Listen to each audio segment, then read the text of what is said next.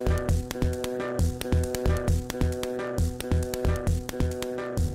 are driving from New York City to Chicago, getting a sense from everybody what they think and what they feel about the issue of global warming and climate change. Hey, I'm doing a documentary on global warming.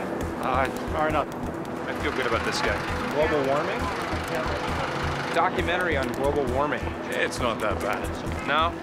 That man looks like Al Gore. Hi, I'm doing a documentary on global warming. Excuse me, I'm doing a documentary on global warming now. Global warming, anybody? Anybody worried about global warming? I think it's incredibly scary. It's really scary. The end of the world is coming. It's a major problem. Definitely is a real problem. I'm quite worried about it, actually. Frightened by the thought, but I'm not 100% convinced.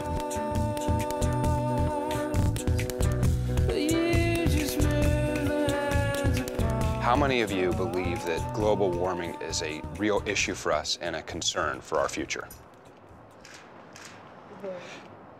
Well, I think it's a serious problem, and we definitely need to do something about it. Well, there's always going to be two sides to every story. I personally think it affects everybody. I question whether we actually have the wisdom as a people to address it. We're just very complacent, and unless things are right in front of us, that things are literally imploding around us. I think a lot of people live in the now. You know, people are very kind of right here, right now oriented, and so nobody really wants to deal with it. People really only understand things when they experience them. People are going to say, we have time, or it's not my problem. Now that we experience the weather change, We all see it, just the regular people see how crazy it is. Every time you open the paper, you're hearing about tons of tornadoes in places where they don't usually have them. Some people choose to believe just what they believe in their head, and they don't listen to science. I guess it depends on which scientist you're listening to. I don't listen that much to people who don't believe in it, but I am skeptical. What is causing the weather to change? I'm not sure if it's CO2 levels. I think it's beyond man-made. I think man has very little influence on what's going on. I think it's a natural progression of things. I think it's sunspots. Many people would say it isn't global warming, it's just the cycles. Down through the ages, down through the years, it gets cold and it gets warm. One of them's got to be wrong. You hear extremes on both sides. One, you know, the other, the opposite. So one of them's got to be wrong. Which one is it? It seems pretty damn clear, although not a certainty, that human activity is influencing the global temperatures. I think it's real. To tell you the truth, it's such a non-issue. Oh, I definitely believe in global warming. Definitely. I believe in it, and I'm sure that we're part of the equation. I think there is global warming, but I don't think it's because of the reasons they say it is. I think some people will try to pretend it's not really happening. You know, we'll have a good cold day and they'll say, huh, global warming. A couple of weeks ago, I didn't believe it because it was so cold.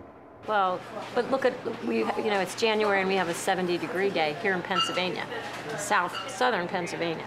Something's not quite right. Well, we know that it's affecting our weather. I know we've had a lot more rain this year, a lot more rain. I think it's undeniable. Like, I've looked at the science. Things we're putting in the atmosphere starting to affect the temperature of the planet. CO2 levels going to astronomical things at levels that we've never seen before. I think if carbon dioxide levels in the atmosphere reach the amount that they were in the Cretaceous period, then we're going to have some major issues because the sun was a lot weaker back then, so our temperature is going to be rising a lot more than it was in the Cretaceous period. For someone to say that global warming isn't true, how can they not admit it?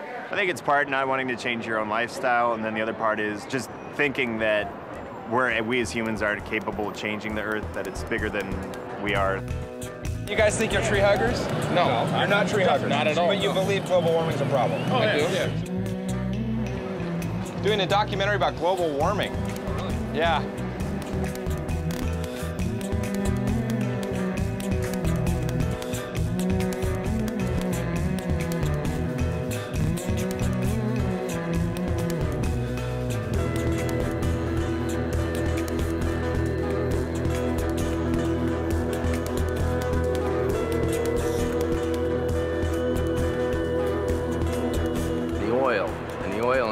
That's why we got a problem. I think the oil companies are greedy.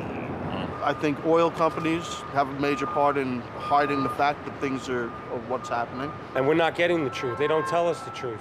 It's very hard to get somebody whose livelihood depends on not understanding something to understand it. Politics is involved in it, there's no question. I think it is a political issue. I don't view it as a political issue at all. Political solution will have to be an element of it. It has to be a political issue. Convincing people to a strategy. It's just such a big issue that we feel we can't do anything about it. I'm just one small little person, but I see it as a need that we talk to our governing bodies and make them responsible. You know, it needs to be governmental action. It needs to be restraint. Even though you speak truth to power, they don't have to recognize you, especially if you're an individual, just one person.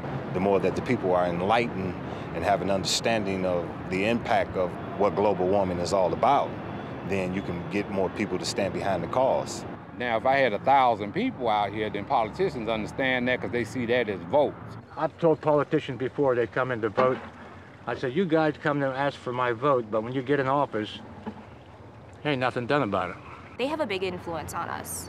Like, they could definitely do something to change everything. Like, they have a major impact on the world, and it's just a figure of whether they are willing to take a risk. A big part of it has to be from us. We have to say that it's important. What can we do? You know, I don't have any money. I'm a poor college student. Individually, I think there are possibilities for us changing our own behavior. When I grow up, I want to help stop global warming around the Earth. One thing that I hear a lot that we should be doing is not using cars as much. We're driving too big of a cars, or we're using too much fuel. I'm just as bad as everybody else. I have 2 SUVs, drive a lot, so.